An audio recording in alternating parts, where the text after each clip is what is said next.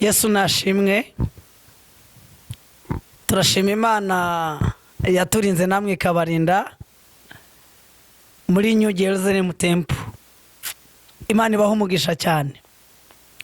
Materaniro y'uyu munsi kuwa gatatu na materaniro adasanzwe, amateraniro kubohorezamo ibyacu, yo kwibohora ubwacu, yo kugira ngo tubashe gukomera, kugira ngo tutariganywa n'umubi ari we Satani.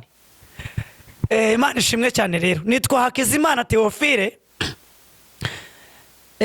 Ndashimira Imana yangiriye icyizere cyo guhagarara imbere yanyu.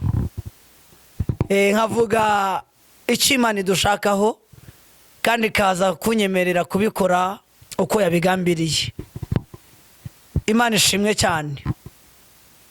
Nongeye gushimira cyane abakameramani badufasha ibi bintu, tugashimira Bishop wacu bidufashamo akatugeza kuri uru rwego. Ni ikintu kitoroshye. Rero umugambi w'Imana ni muremure kuri New Jerusalem Temple. Icyo Imana itugambiriyeho ni kigari, kandi ijambo ry'Imana ryaratubwiye ngo umuntu wese umwizera cyangwa se akagira ijambo ryitwa kwizera, uwo wese azabona amasezerano Imana yavuze cyangwa se yamusezeranyije. Tugiye gutangira dusenga Imana. Data, mu izina rya Yesu Kristo, uri Imana y'imbaraga n'ububasha, uri Data wa twese mwiza, uri ubuhungiro bwacu, uri Imana itagira urukwigenza. Turagushimiye ko waturinze muri New Jerusalem Temple. Turagushimiye ko watubereye inkomezi. Turagushimiye ko watubereye imbaraga. Turagushimiye ko watubereye amaboko n'ubutabazi. Umugambi wawe ni muremure kuri twebwe. Uri Imana ititiranya amazina, uri Imana ivuga bikaba, wategeka bigakomera. Iki gitondo rero nyaguhora ku ngoma dusengeye abantu bafite uburwayi butandukanye, ari abarwaye amakanseri, abarwaye ibihaha, abarwaye imitsi, abarwaye amakanseri yo mu maraso, abarwaye amaso, abarwaye imitwe idakira, abarwaye uburwayi butandukanye. Abo bose dufashe imbaraga zari zibazengurutse, zababuzaga kwakira amashimwe yabo, zababuzaga kwakira imibereho y'ubuzima bwabo. Izo mbaraga zose tuzifashe miri, turashinganisha ubuzima bwose bw'umwana w'umuntu uyu munsi wa none muri iki gitondo. Kristo, dusengeye Mwami Imana abantu batagira iyo baba, bararaguza, bararaho babonye, batagira ubuzima, babaho ubuzima bugayitse, babaho ubuzima bugoye cyane. Turabasabira uburinzi bukomeye, turasabira ubutabazi bw'ibanze ku Mwami Imana. Imana iruhura imitima yabo, Imana ibagirire neza, Imana ibaremere amashimwe, Imana ibaremere kugubwa neza, Imana ibaremere icyerekezo. Mwami Imana nyiribe, iki gitondo cy'umukisha uduhaye, reka utugirire neza. Tukweretse abarwariye mu bitaro bitandukanye, rwa Faisal, Ashika, Kibagabaga, ku Muhima, ndetse n'ahandi hatandukanye no ku isi yose.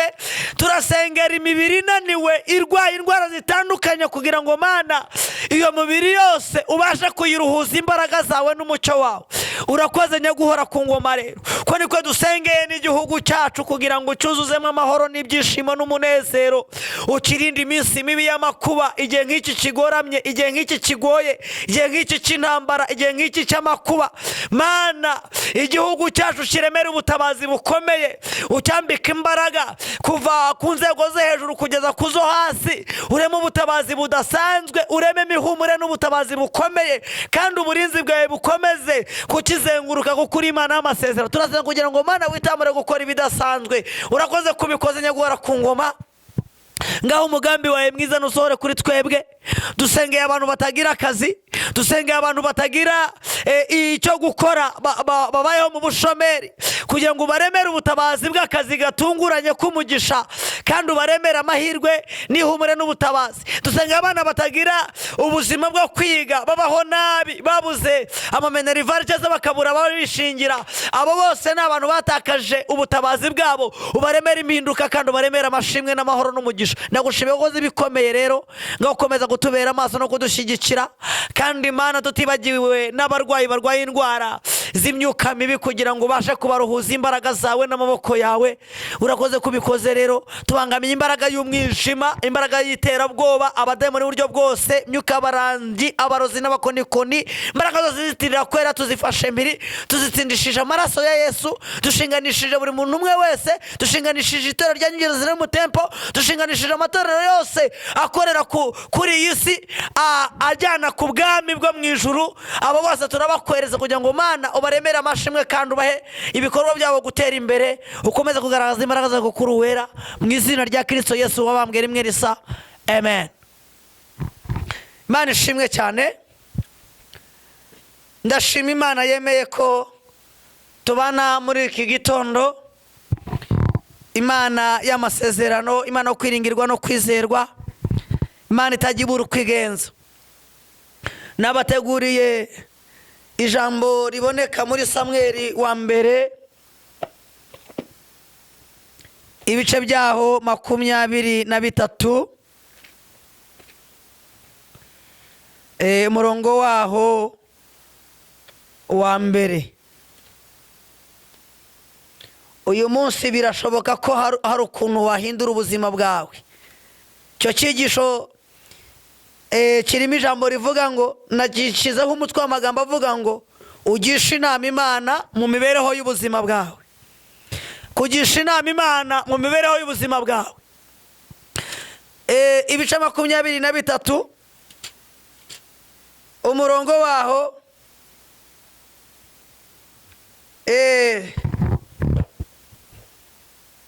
wa mbere. Imana ishimwe cyane.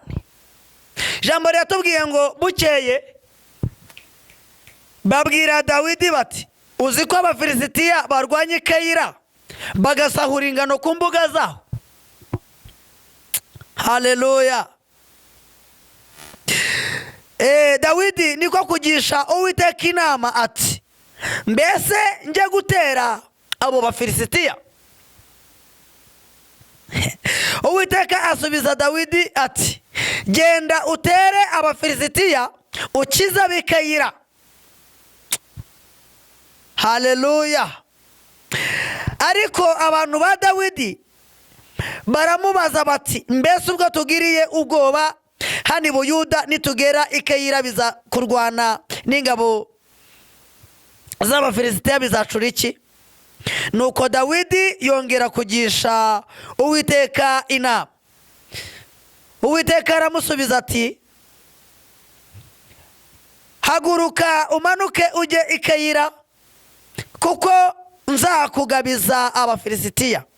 Nuko Dawidi ahagurukana n'ingabo ze, bajyana i Keyila, barwana n'Abafilisitiya, banyaga inka zabo, babicamo benshi cyane.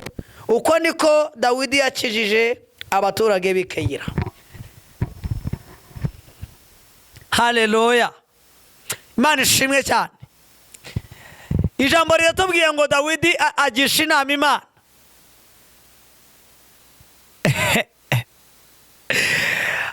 Kugisha inama Imana ntabwo bigira buri muntu wese. Bigira umuntu ubifite mu mutima, kandi bigira umuntu wabiherewe ububasha. Guhabwa ububasha bwo kugisha inama Imana biva mu mbaraga zitandukanye. Biva mu mbaraga zo guca bugufi, biva mu mbaraga zo gusenga, biva mu mbaraga zo kwinginga, bikagira imbaraga zo kwizera, biva mu mbaraga zitandukanye. Imbaraga zo kwizera, niyo mpamvu ijambo ritubwiye ngo Dawidi ahera ko agisha inama Imana. Hanyuma Imana imugira inama y'uburyo azagenda akarwana urugamba akabasha kurushobora. Imana ishimwe cyane. Aka kanya rero birashoboka yuko impamvu ibyawe biba mu ntambara nuko nta kugisha inama Imana wabigizemo. Impamvu abantu bubaka ingo bagasenya nuko haba harabayeho kwinjira mu bintu tubyikoreye bivuye mu marangamutima yacu tutagize kugisha inama Imana. Impamvu ducuruza tugahomba nuko nta kugisha inama Imana tuba twagize. Impamvu dukundana n'abantu tugashwana tugatandukana ntabwo twigeze tugisha inama Imana y'uburyo tuzabana n'abantu. Niyo mpamvu ibihe byacu bihora bihinduka everyday. Ariko uyu munsi ndakubwira ijambo rivuga ngo gisha inama Imana bigishoboka. Haleluya. Ugisha inama Imana kuruta uko wayigisha mwene so. Ushobora kugisha umwana w'umuntu inama akakugira inama yo gusubira inyuma, akakugira inama y'igihombo, akakugira inama yo kuzicuza igihe cyawe kizaza. Ariko uyu munsi wa none ijambo ry'Imana riratubwiye ngo tugishe inama Imana. Kandi koko Dawidi amaze kugisha inama Imana yaramubwiye ngo manuka ugende i Keyila. Haleluya. Amaze kugisha inama Imana aravuga ngo manuka ugende i Keyila ugende urwane n'Abafilisitiya. Ngo hanyuma ngo aragenda ngo abasha kurwana n'Abafilisitiya ngo asahura ngo n'ingano ku mbuga zaho, ngo abasha no kubicamo benshi cyane, ngo abasha kugaba ibitero aratsinda ngo kandi agarura byose. Uyu munsi nawe uyu munsi wa none Imana iguha imbaraga n'ububasha bwo kugira imbaraga zo kuyigisha inama. Umunsi wagishije inama Imana ntabwo uzaseba mu rugamba. Umunsi wagishije inama Imana nucuruza ntuzahomba. Umunsi wagishije inama Imana izakwereka ko umukobwa warambagije ari ukwiye gushaka. Haleluya. Umunsi wagishije inama Imana umuryango washatsemo uzaguha agaciro. Umunsi wagishije inama Imana aho uzagera uzakira ijambo kuko uzaba uyoborwa n'umwuka w'Imana. Ijambo riratubwira mu Baroma 8 umurongo wa 14 ngo abayoborwa n'umwuka w'Imana bose nibo bana b'Imana. Kandi 24 kuri icyo gice cy'umunani mu Baroma haraduba ngo kuko twakijijwe dufite ibyiringiro. Wamanuka 28 akakubwira ijambo rikomeye ngo kandi tuzigwa kubakunda Imana byose hamwe bifatanyiriza kutuzanira ibyiza. Ngo aribo bahamagawe nk'uko yabigambiriye, ngo kuko abo yahamagaye ngo yarabatsindishirije, ngo kandi yarabatoranyije, ngo abantu ngo yabahaye n'ububasha, ngo abaha n'ubushobozi bwo kwitwa abana b'Imana. Uyu munsi rero impamvu kwitwa umwana w'Imana nuko warabashije kugira ubwenge cyangwa se kugira amaso areba kure, gusobanukirwa, kumenya Imana usenga ikajya kugira n'inama mu ntambara zawe urwana ukabasha gutsinda. Uyu munsi ugisha inama Imana mu ntambara urwana uzatsinda. Uyu munsi ugisha inama Imana mu bibazo ufite bizarangira. Uyu munsi ugisha inama Imana ku burwayi wari ufite utarufitiye umuti cyangwa igisubizo, Imana irakwereka uburyo wanduye cyangwa se uburyo warwaye ubasha gukira kuko wayigishije inama. Kandi ugisha inama Imana uyibaze imisengere yawe uko izagenda izaguhishurira, uyibaze uburyo uzabaho izaguhishurira, uyibaze igihe cyawe uko kizagenda izabikwemeza. Dawidi nuko tudasomye mu kindi gice cyangwa muri iki gice cya Samweli ibice 36 ngo arongera ngo agisha inama Imana, ngo agisha inama Imana ngo abasha gutsinda urugamba. Nawe uyu munsi ugisha inama Imana yo kwibohora, ugisha inama Imana yo kwihesha agaciro, ugisha inama Imana yo kugaragarizwa ubwiza bw'Imana, ugisha inama Imana yo kugira ngo Imana ikumenyeshe ibihe, ikumenyeshe igihe cyawe, ikumenyeshe n'imbaraga zayo. Kandi uwagishije inama Imana mu rugamba ntajya aseba. Imana yacu tugirire neza. Ijambo riratubwiye ngo tugishe inama Imana. Haleluya. Ese mu minsi yawe ubayeho ugishije inama Imana kangahe? Haleluya. Mu myaka umaze ku isi ni izihe nshuro ugishije inama Imana?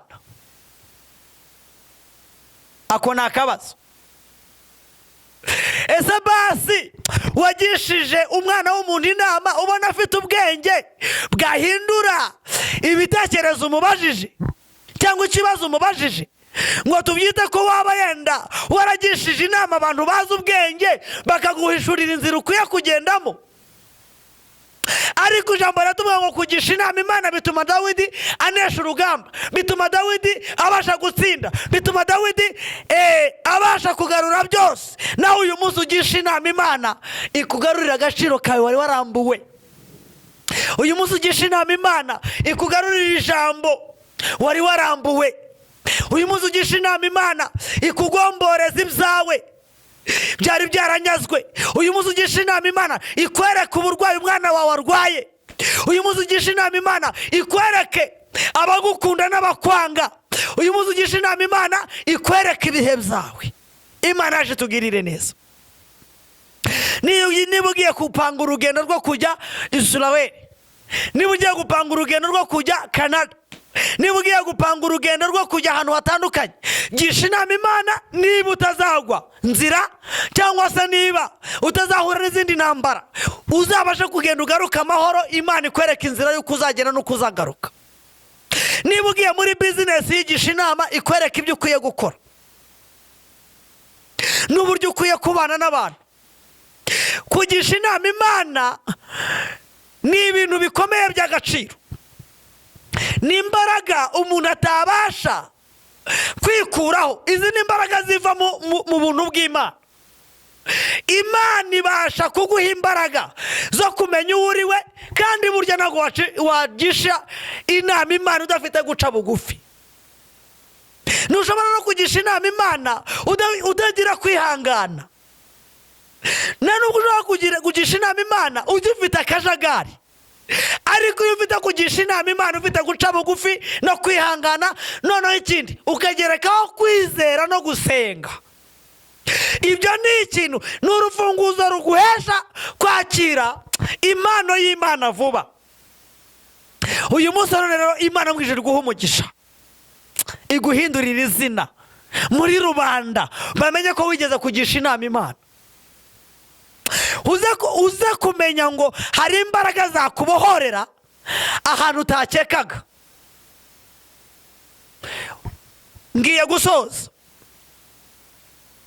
ndakwinginze wowe uri mu kazi kawe, jya gusohoka mu nzu ugishije inama Imana uburyo uri bukora akazi. ndakwinginze wowe ufite bizinesi watangiye, haguruka mu gitondo ubanje kugisha inama Imana iby'umunsi uko biri bugende. ugisha inama Imana ibyo uzakora ko bizaba ibyo guhirwa.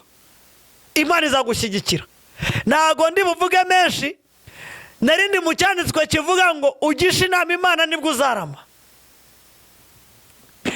kugisha inama Imana arabihindura ubuzima. Data mu izina rya Yesu Kristo, icyanditswe gikomeye cyangwa se ijambo ryawe ryo guhindura ubuzima duciye mu mbaraga zo kukugisha inama. reka ugire inama abasore n'abakobwa bari muri iyi si babasha kumenya uburyo bitwara muri iki gihe cya none. reka ugire inama abashumba bayoboye amatorero babasha kumenya uburyo bazayobora intama zabo. reka ugire inama abari gukora amabizinesi yabo kugira ngo batazahomba. reka ugire inama abantu bakuvuyeho bakugarukire, ubuzima bwabo buhinduke. tugushimiye kubw'umugambi wawe mwiza, tugushimiye kubw'imbaraga zawe. ngaho igitinyiro cyawe nigikora ibidasanzwe. uyu munsi ndahanurira imitima ya benshi guhinduzwa n'ijambo rivuga ngo tugishe inama Imana. urakoze kubikoze Yesu. ndahanurira imitima y'abagabo kugira ngo bagishe inama Imana. uyu munsi ndahanurira imitima y'ababyeyi kugira ngo bagishe inama Imana. uyu munsi ndahanurira imitima y'abantu bakora ibintu bitandukanye, bafite amabizinesi, bafite inganda, bakora ibintu bitandukanye, bagisha inama Imana, babasha guhindurirwa izina, babasha gutera imbere bayobowe n'umwuka w'Imana. kandi ntabwo wajya kugisha inama Imana utayoborwa na mwuka wera. Imana yaje tugirire neza. Tugushimiye ko ubikoreye kwibesha kandi ugaca inzira kandi ugatwambika imbaraga zo gukomeza gukora umurimo udasanzwe kuko uri Imana y'amasezerano, mu izina rya Kristo Yesu, amen.